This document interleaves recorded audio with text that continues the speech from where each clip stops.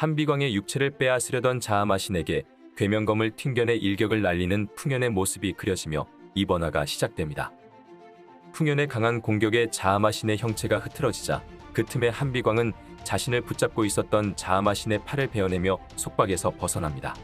이어서 풍현이 자아마신을 향해 연거푸 날린 공격의 위력은 한비광마저도 놀랄 수준이었지만 그럼에도 잠시 흐트러졌던 자아마신의 형태는 곧 아무 일도 없었던 것처럼 돌아왔고 동시에 자아마신의 기의 압박이 다시 시작되자 이번에는 한비광과 풍현 모두 기에 눌려 움직임을 제약받게 됩니다.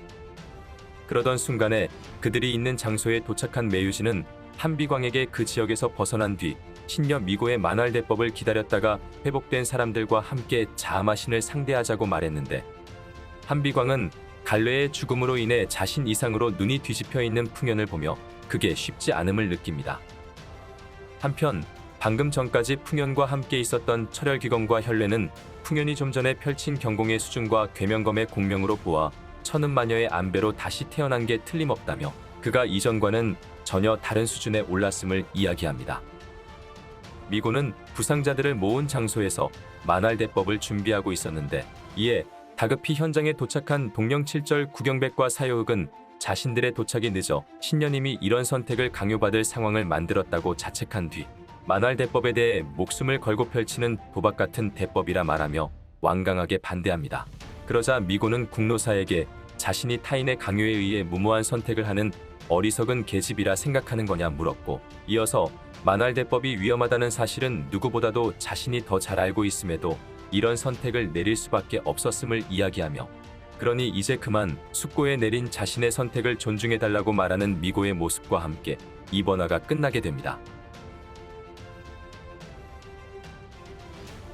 작중 첫 등장 당시 풍현은 신지에 입성한 시기에 한비광과 거의 동급의 실력을 드러내고 단기간의 기공수련으로 환종의 지존인 환존이 인정할 만한 수준에 오르는 등 신지 소지주에 걸맞은 실력과 잠재력을 보여주었습니다. 하지만 이후 스스로 자아마신의 심검을 뽑아내며 각성한 한비광과 다시 마주쳤을 때에는 이전과 달리 전혀 상대가 되지 못했으며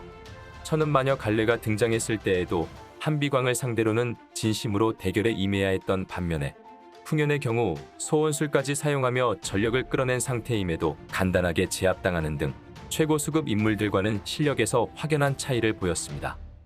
그런 풍현이 최근 친어머니 갈래로부터 그녀의 모든 것을 물려받아 다시 태어난 후 이전과는 전혀 다른 수준의 실력을 드러내기 시작했는데 과거 한비광이 괴계에게 전수받았던 무공을 빠르게 체화했듯이 풍현 역시 갈래에게 물려받은 힘을 이미 체화한 듯 엄청난 위력은 물론 처음 사용하는 괴면검마저도 능숙하게 사용하는 모습을 보이며 최고 수급 반열에 오르게 되었습니다.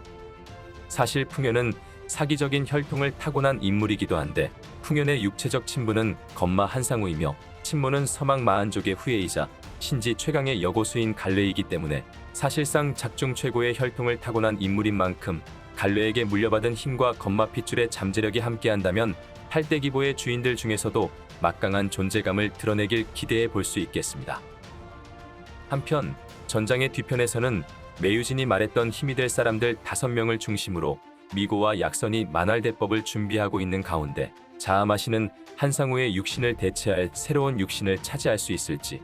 그리고 만약 자아마신이 육신을 벗어나 그의 기운이 일대에 퍼지게 된다면 8대 기보의 주인이 아닌 이들은 모두 죽음의 위기에 처하게 될 것으로 보이는데 과연 그런 위기 속에서 8대 기보의 주인이 아닌 인물들은 어떤 선택을 하게 될지 기대해보며 이번 영상은 여기서 마치도록 하겠습니다. 시청해주셔서 감사합니다.